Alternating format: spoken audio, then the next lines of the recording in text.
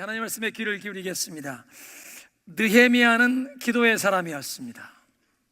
그래서 느헤미야서는 느헤미야의 기도로 시작되고 느헤미야의 기도로 막을 내립니다. 그게 무슨 얘기냐면 느헤미야를 통해서 하나님의 놀라운 역사가 이루어진 열쇠가 기도라는 것입니다. 그러니까 혹 우리가 부족하고 우리의 자녀들에게 연약함과 부족함이 많을지라도 우리가 느헤미야처럼 하나님의 뜻을 구하는 기도를 드린다면, 내 욕심과 병든 소원을 하나님 앞에서 고집하면서 이 자기 집착, 자기 주장을 하나님 앞에 내세우는 것이 아니라 하나님의 뜻을 구하는 기도, 그 하나님의 뜻과 목적이 나의 삶에서 이루어지기를 구하는 그런 기도를 드린다면, 우리의 삶을 통해, 우리의 자녀들의 삶을 통해서도 하나님이 기뻐하시는 아름다운 역사가 성취되는 것을 우리로 목도하게 하실 줄로 믿으시기 바랍니다. 이 느헤미야 13장이 이제 느헤미야의 마지막 장인데요, 이 느헤미야 13장에는 느헤미야의 짧은 기도가 4번 기록되어 있습니다. 아주 짧은 기도입니다. 내 하나님이여 나를 기억하옵소서. Remember me, O Lord. 내 하나님이여 나를 기억하여 주옵소서. 14절, 22절, 29절, 31절 4번 짧게 하나님 기억해 달라고 기도하는 느헤미야의 기도를 보면, 느헤미야라는 사람은 하나님께 인정받기를 추구하며 살았구나, 그것을 우리가 알 수 있습니다. 마치 어린 자녀가 부모님께서 내가 하는 일을 봐주고 인정해주고 칭찬해주기를 바라면서 부모님의 시선을 구하듯, Mommy, look at me. Daddy, look at me. 아빠, 나 좀 보세요. 부모의 칭찬과 인정을 받기 위해서 부모의 시선을 구하듯 느헤미야는 항상 하나님의 시선을 의식하며 산 것입니다. 하나님의 칭찬, 하나님의 상급을 사모하며 살았다는 것입니다. 우리도 하나님의 칭찬과 상급, 여호와의 복을 사모하는 자세로 살아야 할 줄로 믿습니다. 오늘도 느헤미야를 통해서 주시는 하나님의 말씀에 우리가 귀를 기울이는데요, 오늘 이 느헤미야 13장 읽으면서 제일 먼저 눈에 확 들어오는 것은 하나님의 택함받은 백성으로 사는 자들이 누리는 축복입니다. 원수들의 저주가 변하여 도리어 복이 되게 하시는 축복. 출애굽 시대에 하나님의 백성들이 약속의 땅에 가까운 암몬과 모압 지경에 이르렀는데, 이 모압 사람들이 이스라엘 백성들 오는 걸 싫어해서 발람 선지자를 많은 돈을 주고 모셔다간 저 사람들을 좀 저주해 달라고 산꼭대기에 세우고 그들을 보며 저주하게 하는데, 하나님께서 그 저주가 도리어 변하여 무엇이 되게 하셨다? 복이 되게 하셨다는 것입니다. 죄로 망가진 세상에서 허물 많은 사람들과 우리가 함께 살아가다 보면 어려운 일을 만나게 되고 사람들과 갈등이 생기고 충돌하는 경우도 일어납니다. 그런데 하나님께 택함받은 하나님의 백성으로 살아간다는 축복의 한 가지 뜻은 원수들의 저주까지도 복으로 변하게 하시는 하나님의 보호와 하나님의 섭리를 누리며 살아가게 된다는 것입니다.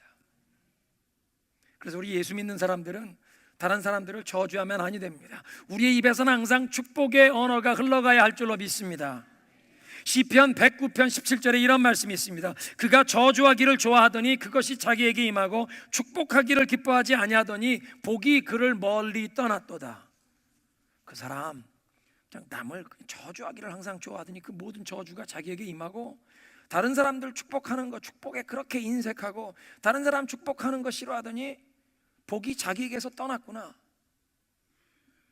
우리는 하나님께 택함받은 백성은 남들이 저주를 할지라도 그게 도리어 복이 되게 하시는 그런 하나님의 은혜를 누리며 살기에 우리는 절대로 입으로 저주하는 것이 아니라 축복하며 살아야 할 줄로 믿습니다. 이게 예수님이 그렇게 말씀하지 않았습니까? 우리가 샬롬의 평안의 축복을 선포하는데 그 상대방이 이 복을 받을 자격이 없으면 우리가 선포했던 그 샬롬의 복이 우리에게 돌아온다고 하십니다. 사람들이 나를 비방하고 나쁜 말을 한다고 속상해 하시면서 분노할 필요가 없습니다. 내가 부족하고 연약해도 기도를 통해 하나님께 쓰임받는 인생이 되기를 소망할 때, 내가 하나님께 택함받은 백성으로 살아가면 하나님은 원수들이 나를 비방하고 나를 저주한 것까지도 변하여 복이 되게 하시는 그 하나님의 보호와 하나님의 섭리를 누리며 살아가게 하시기에, 사람들이 나쁜 말을 한다고, 나를 비방한다고, 험담한다고, 저주한다고 분노할 필요 없다는 것입니다. 한번 따라하겠습니다. 저주를 돌이켜 복이 되게 하신다. 믿으십니까? 하나님의 택함받은 백성이 누리는 복입니다. 이제 백성들이 모여서 모세를 통해 주신 하나님의 말씀을 듣는데, 그 말씀 가운데 암몬 사람과 모압 사람과 섞여 살지 말고 구별되게 살라는 명령이 있습니다. 암몬 사람, 모압 사람, 민족을 차별하라는 그런 얘기가 아닙니다. 왜냐하면 이스라엘의 역사를 보니까 모압의 여인이었던 룻이라는 여자가 자기 시어머니 나오미, 먼저는 시아버지가 돌아가셨습니다. 그리고 이 나오미의 두 아들이 죽었습니다. 지금 이제 나오미의 남편이 두 아들 데리고 흉년이 들었다고 베들레헴을 떠나서 모압 땅에 음식이 많다고, 식량이 많다고, 좀 풍요로운 땅에 가서 산다고 무엇을 피하려고 어디를 갔다가 재앙을 만난 것처럼 남편이 죽고 두 아들이 죽고 나오미가 완전 아무도 의지할 데 없는 과부가 되었습니다. 두 며느리만 남았습니다. 야, 너희들 남편도 죽었고 의지할 데도 없으니 친정으로 돌아가서 다시 재혼하고 너희들 인생의 새 팔자 이뤄라, 돌아가라. 올리아라고 하는 한 며느리는 돌아갔는데 룻이라고 하는 이 모압 여인이 얘기합니다. 어머니, 나를 물리치지 마세요. 어머니가 어디로 가든 내가 따라가서 어머니가 머무는 곳에 나도 머물고 어머니의 백성이 내 백성이 되고 어머니의 섬기는 하나님이 내가 섬기는 하나님이 되리이다. 아무것도 의지할 것 없는 이 여인, 자기 시어머니 그냥 버리지 않고 당신의 백성이 내 백성 되고 당신이 섬기는 하나님을 나도 섬기겠습니다 하는 그런 믿음으로 어머니를 모시고 나오미를 모시고 베들레헴으로 돌아왔는데, 하나님이 보아스로 가는 훌륭한 이 부자를 만나서 결혼하게 하셔서 룻이라고 하는 모압 여인이 다윗 왕의 증조 할머니가 되었습니다. 마태복음 1장에 예수님의 족보에 나오는 여인이 되었습니다. 그것 보면 모압 사람이라고 이 민족을 차별하는 얘기가 아닙니다. 하나님이 암몬 사람, 모압 사람과 구별되게 살라는 말씀은 영적인 유산을 중요시 여겨라, 이방신을 우상을 섬기는 자들과 구별되게 살라는 명령이었습니다.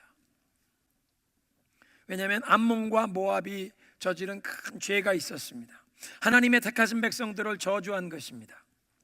그 출애굽한 이스라엘 백성들이 광야를 지나서 이제 약속의 땅 입구에 있는 암몬과 모압 지경에 왔을 때 하나님께서 저들을 너희가 점령하면 안 된다, 무력으로 점령하면 안 된다, 너희 먼 혈육 관계이기 때문에 너희들이 충돌하면 아니 된다. 왜냐하면 암몬과 모압 사람들의 조상이 아브라함의 조카였던 롯입니다. 롯의 조카가 이제 소돔과 고모라에 살다가 간신히 도망쳤는데 아내는 뒤돌아보다가 소금기둥대고 딸만 둘 데리고 어디 숨어 있다가 딸들이 아버지 약주 많이 드시게 하곤 아버지를 통해서 씨를 받자고 해서 낳은 족속이 암몬 모압 족속입니다. 그러니까 아브라함의 조카들의 후손이니까, 먼 친척이니까 하나님이 너희 혈육불충과 충돌하면 안 된다. 그러니까 이스라엘 백성들이 사신을 보냅니다. 당신들과 충돌할 의향이 없습니다. 그냥 길만 허락해 주시면 우리가 평화롭게 지나가는데, 지나가다가 당신들의 우물에서 물을 마실지라도 우리가 물값을 내겠습니다. 그렇게 제안을 했습니다. 그런데 그들이 이스라엘의 선의를 악의로 되갚아서 선지자 발람을 고용해다가 하나님의 택함받은 백성들을 저주하게 한 것입니다. 뿐만 아니라 민수기 25장에 바알 부올의 사건이 나는데, 이 선지자 발람이라는 사람이 산꼭대기에 올라가서 이스라엘 백성들을 멀리 광야에 있는 것 보고 진을 보고 저주만 하려고 하면 하나님이 입에 이 혀를 붙잡으시니까 축복하는 말만 나오는 겁니다. 많은 예물을 주고 모셔온 사람, 아니 당신 저들 저주하라고 하는데 축복만 하면 이게 뭡니까? 이거 내가 저주하고 싶어도 저주가 안 나오니 내가 한 가지 계략을 알려주겠는데, 저 백성들이 하나님의 복을 받는 백성이 됐는데 죄에 빠지게 하면 하나님의 징계, 진노를 받게 될 테니 우상을 숭배하는 죄에 빠지게 해라.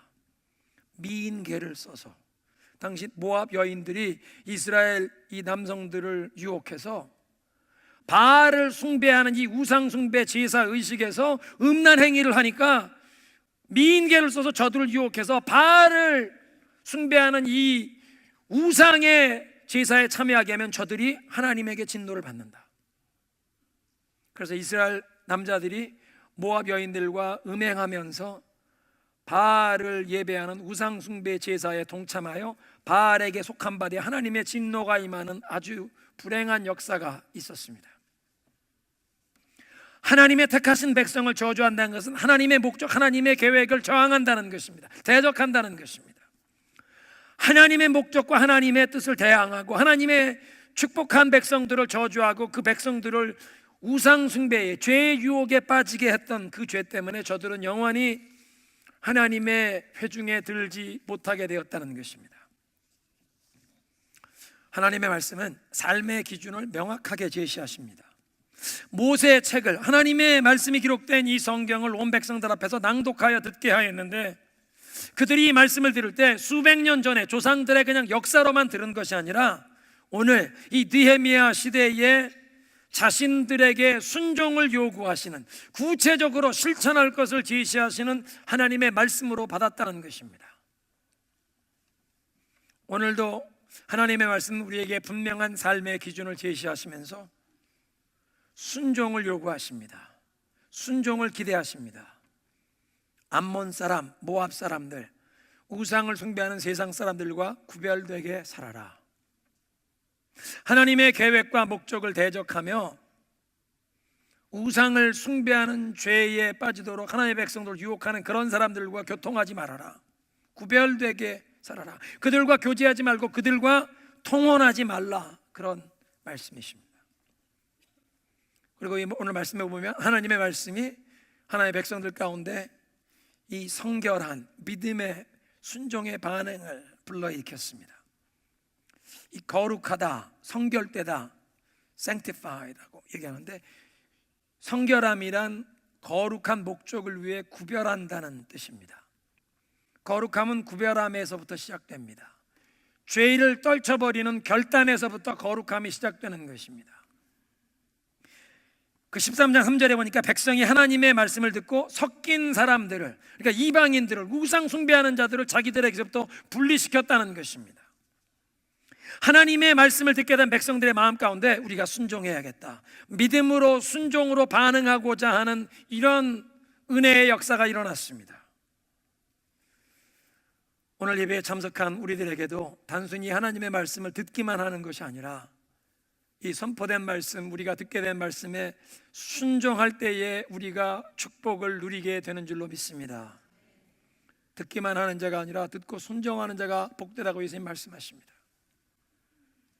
성령이여, 하나님 말씀에 따라 살아갈 수 있도록, 정말 하나님의 택한 백성답게 살 수 있도록, 그래서 그 하나님의 선택받은 백성에겐 원수들이 저주를 할지라도 그 저주가 변하여 축복이 되게 하시는 하나님의 보호와 하나님의 그 섭리 안에 살아가는, 세상과 구별된, 하나님을 모르고 우상 숭배하는 세상과 구별된 삶을 살 수 있도록 하나님, 오늘 무엇을 끊어버리고 오늘 무엇을 잘라야 할지, 정말 성별된 삶을 위해 하나님 오늘 버려야 할 것을 보게 하여 주옵소서.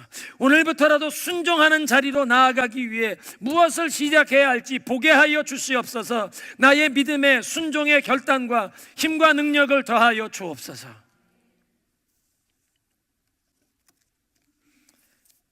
(4절부터) 제사장 엘리야십이 이 암몬 사람 도비아에게 성전의 큰 방을 내어준 사건을 이야기합니다.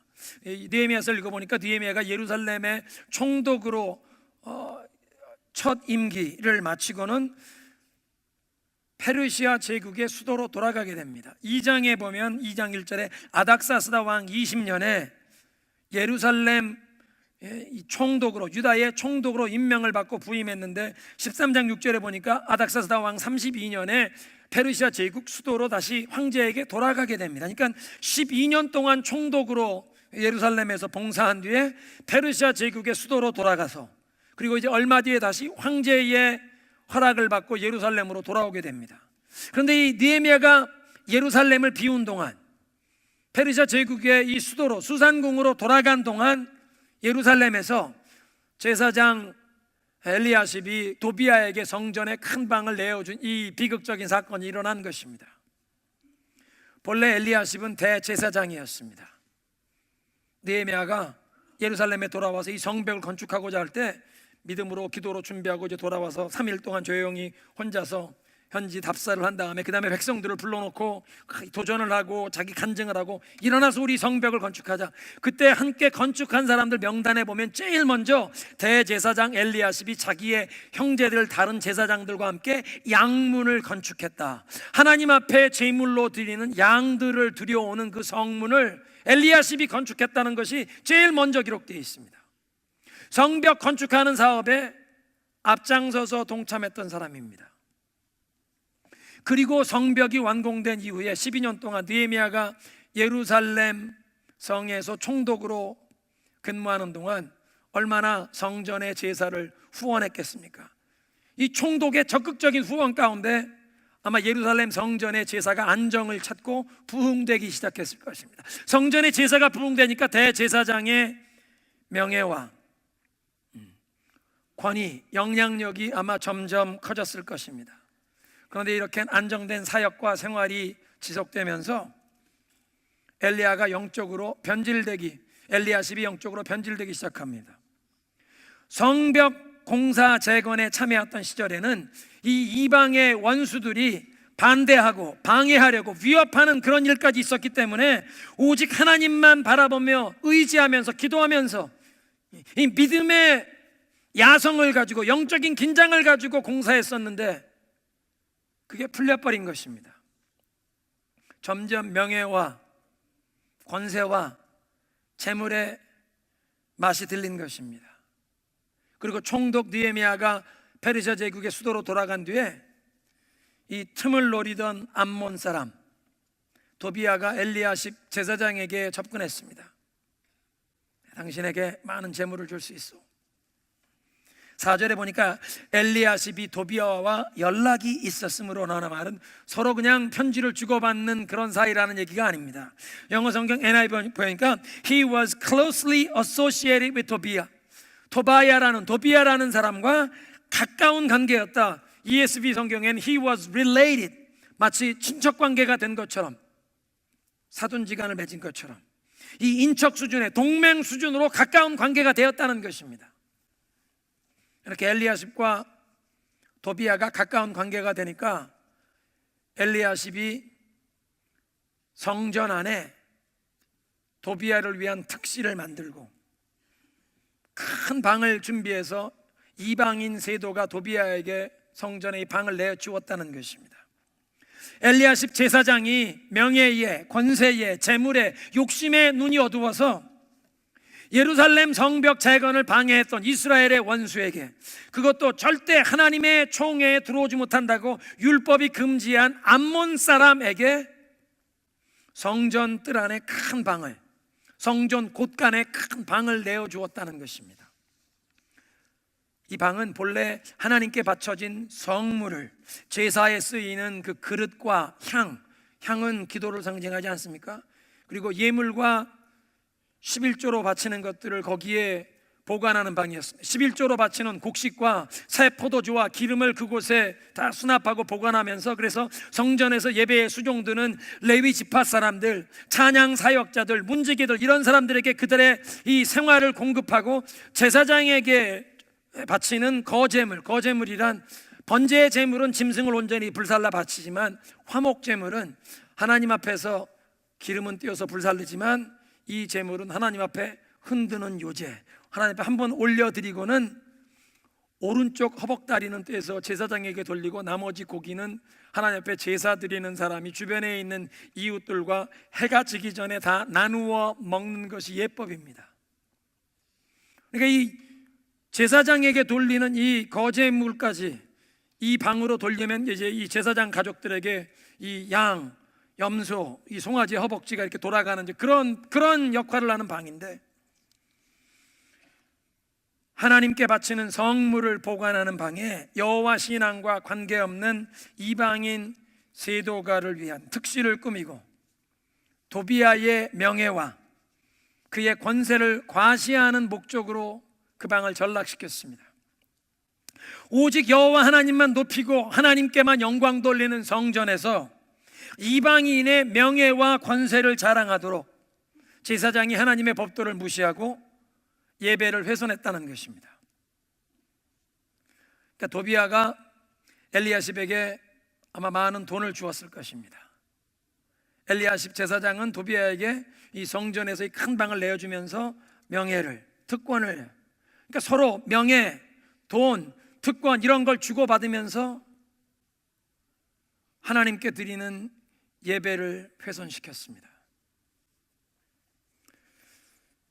선지자 발람이 재물과 명예의 욕심에 눈이 멀어서 분명 하나님께서는 너는 하나님 택한 백성 이스라엘을 저주하면 안 된다, 그 저주하라고 너를 초청하는 그 사람들 따라가서도 아니 된다, 같이 가지도 말라고 말씀하시는데 이 재물을 주겠다, 너를 크게 명예롭게 하고 재물을 주겠다는 그 욕심에 눈이 멀어서 그들을 따라가다가 타고 가던 나귀가 사람의 말을 하면서 책망하는 일이 일어나지 않았습니까?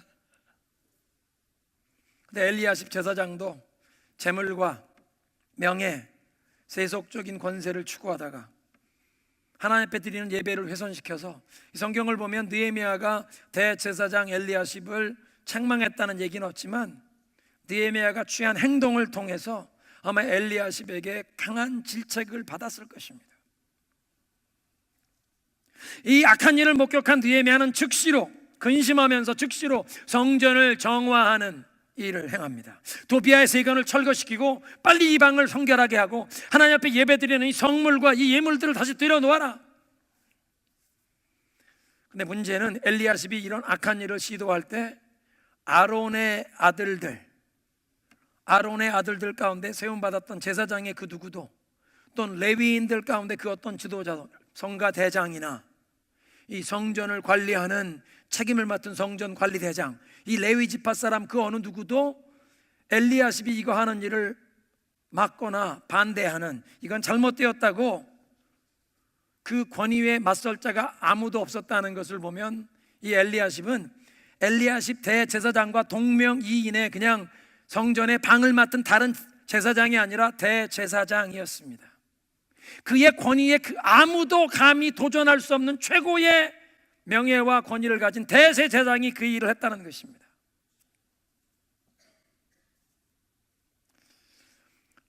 명예와 권위를 부여받은 사람이 하나님을 경외하는 마음으로 하나님을 섬기기보다 자신의 사사로운 유익과 개인의 영달을 추구하면서 이방인 세도가와 친분 교류 관계를 맺고 그 친분 관계를 유지하는 것을 하나님 앞에 성결함으로 순종으로 나아가는 것보다, 하나님 말씀에 순종하는 것보다 더 중요하게 여겼다는 것입니다.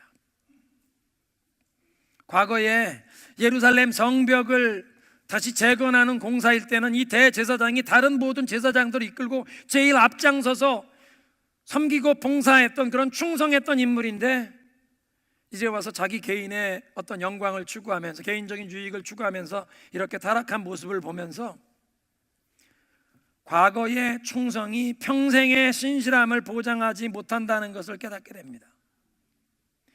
과거의 충성이 평생 신실함을 보장하지 못합니다. 신앙은 항상 현 주소라는 것입니다. 사람은 우리가 과거에 얼마나 희생적으로 교회를 위해 큰 일을 했나 자랑할 수 없습니다. 지금 내가 예수님과 어떤 관계에 있느냐입니다. 우리 마지막 호흡을 다하는 순간까지 하나님께 충성할 수 있도록 하나님, 내 영혼이 깨어 경성하게 하옵소서. 내 과거에 어떤 교회를 위해 했던 일을 의지하거나 그거 내세우지 않게 하시고 내 마지막 호흡의 순간까지 하나님 앞에 충성할 수 있도록 내 영혼이 깨어 있게 하옵소서. 기도해야 할 줄로 믿습니다. 한번 따라하겠습니다. 과거의 헌신을 자랑하지 않고 마지막 순간까지 하나님께 충성하게 하소서. 믿으십니까?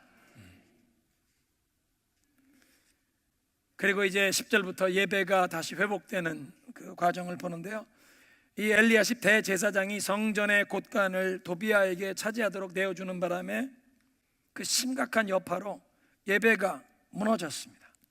성전에서 수종드는 레위인들과 그 찬양 사역자들이 자기들의 자리를 이탈했습니다. 10절에 보니까 그 이유가 생활고 해결을 위해서 각자 자기의 밭으로 도망쳤다. 이 성전 안에 이 곳간이 창고가 있었던 것은 백성들이 11조로 예물을 바쳐서 이것을 가지고 하나님 앞에 예배드리는 일에 전념하는 찬양 사역자들과 레위 지파 사람들과 문지기들을 공급해서 이들이 다른 일에 걱정하지 않고 하나님께 예배하는 일에 전념하고 예배 수종드는 일에 전념해야 했는데, 그 곳간을 이방인 세도가에게 내주는 바람에 예물이 제대로 드려지고 하나님께 제사하는데 수종드는 사람들에게 제대로 분배될 길이 막혔습니다. 그래서 저들이 자기들의 가족을 부양해야 하니까 각자 자기 밭으로 도망갔다. 자리를 이탈한 것입니다. 공동체 예배가 무너져 버렸습니다. 영적인 퇴보를 보는 것입니다. 여러분, 느헤미야가 느꼈을 이 허탈감을 한번 생각해 보십시오. 페르시아 제국의 수도인 수상궁으로 갔다가 돌아온 지 지금 이게 떠난 지 6개월이 됐는지 몇 개월이 됐는지 1년이 됐는지 모르겠습니다. 그런데 느헤미야가 처음에 예루살렘에 부임할 때는 여호와의 이름을 걷는 도성의 이 신앙의 부흥을 위해서 예배가 제대로 드려지려면 성벽이 있어야 한다. 성벽도 없으면 이 마적대가 노략질하러 올 때마다 성전에서 예배드리다 마적대가 온다 비상나팔만 불면 예배가 다 흩어지는, 하나님 앞에 예배를 제대로 드리기 위해서라도 성벽을 건축하기 위해서 비장한 각오와 결심을 가지고 와서 52일 만에 성벽이 건축이 되고 52일 만에 성벽이 건축되는 기적을 보면서 백성들이 하나님이 살아계시구나, 이건 기적이다, 하나님이 살아계신다, 우리가 지금까지 하나님 살아계신 것을 의지하지 않고 살았는데 하나님 말씀을 귀 기울여야겠다. 에스라를 불러와서 하나님 말씀을 좀 읽어주십시오. 수문 앞 광장에서 모여서 사람들이 하나님의 말씀을 들으며 막 눈물 흘리며 울지 않습니까? 하나님의 말씀은 이렇게 말씀하시는데 우리가 그동안 불순종했구나. 그런데 에스라와 느헤미야 지도자들이 얘기합니다. 울지 말라, 오늘은 성일이다, 기쁜 날이다, 울지 말라. 그리고 다시 지도자들이 모여서 말씀 들어보니까 초막절을 지켜라. 일주일간 초막절에 매일매일 하나님의 말씀을 듣는 일주일간 사경회가 열렸습니다. 말씀을 그렇게 일주일간 듣고 나니까 이젠 우리의 삶에 그동안 고통과 어려움이 있었던 이 모든 것을 하나님의 시각으로 보니까 회개해야 한다, 회개해야 한다. 그래서 하루를 금식하며 회개하는 성회로 모이고 언약을 갱신하는 놀라운 영적 부흥이 있지 않았습니까? 그런 영적 부흥이 있었는데 지금 느헤미야가 페르시아 제국 수도로 간 지 얼마 됐다고 돌아와 보니까 예배가 무너지고 성전의 가장 큰 방을 이방인 세도가에게, 하나님의 백성들의 원수에게 내어준 이런 엄청난 일이 일어났다는 것입니다. 그래서 느헤미야가 백성의 지도자들을, 민장들을 불러놓고 책망합니다. 하나님의 전이 어찌하여 이렇게 버림바가 되었느냐? 아니 어떻게 예배가 무너지고 11조와 예물을 제대로 드리지 않아서 이 성전에 봉사할 자들이 자기 민생고를 해결하기 위해서 생활고를 해결하겠다가 다 도망치는 이런 일이 어떻게 일어나느냐? 영적 부흥의 열매를 지키려면 싸워야 합니다. 영적 부흥의 열매를 사수하기 위해서 노력하고 투자해야 한다는 것입니다. 오늘 설교 제목입니다. 영적 부흥의 열매를 지켜라. 느헤미야가 성전을 정화하고 영적인 질서를 다시 바로잡습니다. 유다 백성들이 기쁨으로 다시 예물을 가져오기 시작하고 레위인들과 찬양 사역자들이 제자리에서 다시 하나님 앞에 예배하는 예배가 회복되는 역사가 일어났습니다. 오늘 말씀 뵙겠습니다. 엘리야십이 이방인 세도가 도비아와 짝하고 하나님께 예배하고 하나님께 영광을 돌려야 하는 성전의 가장 큰 방을 개인의 어떤 영광, 명예를 과시하는 그런 일을 위해 전락시킨 것이 느헤미야 시대의 역사만이 아니라 우리들의 오늘날의 삶을 고발하는, 책망하는 말씀이기도 합니다. 하나님께서는 우리의 마음을 성전 삼으셔서 우리와 함께 동행하시며 우리의 마음으로부터 예배, 우리의 삶에 진실된 예배를 받기를 원하십니다. 그런데 우리의 삶에 이 가장 큰 방을 누가 차지하고 있습니까? 무엇이 차지하고 있습니까? 우리 주변에 있는 이 세상 사람들은 돈을 가장 중요하게 여깁니다. 돈을 섬기는 물질주의, 배금주의. 예수님이 그렇게 말씀하셨습니다. 사람이 재물과 하나님을 겸하여 섬길 수가 없다. 하나님도 섬기고 재물도 섬기고. 하나님, 나 부자 되게 복을 주세요. 두 가지를 섬길 수 없다는 것입니다. 재물을 섬기는 것이고 하나님의 이름을 부르는 건 미신입니다. 하나님과 재물을 겸하여 섬길 수가 없다고 말씀하십니다. 세속적인 욕심과 가치관이 우리의 마음의 성전에 가장 큰 방을 혹시 차지하고 있지는 않습니까? 엘리야십 제사장뿐만 아니라 우리 모두가 어떤 이유로 영적으로 쓰러집니까? 신앙인이 넘어지는 이유는 눈앞에 보이는 것들에 우리 마음을 빼앗기는 것 때문 아닙니까? 그래서 요한 사도가 말씀하십니다. 너희는 세상이나 세상에 있는 것들을 사랑하지 말라. 세상이나 세상에 있는 것들을 사랑하는 사람은 그 마음속에 하나님을 향한 사랑이 없다. 왜냐하면 이 세상에 있는 모든 것이 육신의 정욕과 안목의 정욕과 이생의 자랑이다. 육신의 정욕, 내 육신의 이 기쁨, 만족을 추구하는 향락을, 쾌락을, 즐거움을 찾는 것입니다. 안목의 정욕, 눈으로 보기에 좋은 것, 마음의 탐심이 일어나게 하는 좋은 것, 귀한 것, 아름다운 것, 나도 갖기 원하는 것, 탐욕, 이생의 자랑, 세상 사람들 앞에 허영심, 이 교만을 부추기는 명예, 인기, 자랑하고 내세우고 싶은 것. 요즘에 젊은이들이 그냥 사진 찍어서 올리는 것 보면 점심에 뭐 먹었는지, 저녁에 뭐 먹었는지, 먹스타그램, 어떤 곳에 가서 휴가를 보냈는지, 어디 가보고 무엇 보고 무엇 했다고 다 자랑하는 것입니다. 이생의 자랑입니다. 그런 것들이 우리의 삶을 가장 큰 부분을 차지하고 있습니까? 이생의 자랑, 안목의 정욕, 육신의 정욕, 그런 것이 우리의 삶의 가장 큰 방을 차지하고 있다면 엘리야십이 도비아에게 성전의 가장 큰 방을 내어준 것과 별반 다르지 않습니다. 주님, 우리 마음의 성전을 차지한 이 모든 세속적인 욕심을 주님의 말씀의 물로 씻겨 주시옵소서. 성령의 불로 태워 정결케 하여 주시옵소서. 진정 하나님께 속한 백성답게 살아가게 하옵소서. 세상과 구별된 암몬 사람, 이 모압 사람들과 구별된 성별된 삶을 살게 하셔서 하나님께 택함 받은 백성, 세상 사람들이 원수들이 저주를 할지라도 그 저주가 변하여 복이 되게 하시는 그 하나님의 은혜를 누리며 살게 하여 주옵소서.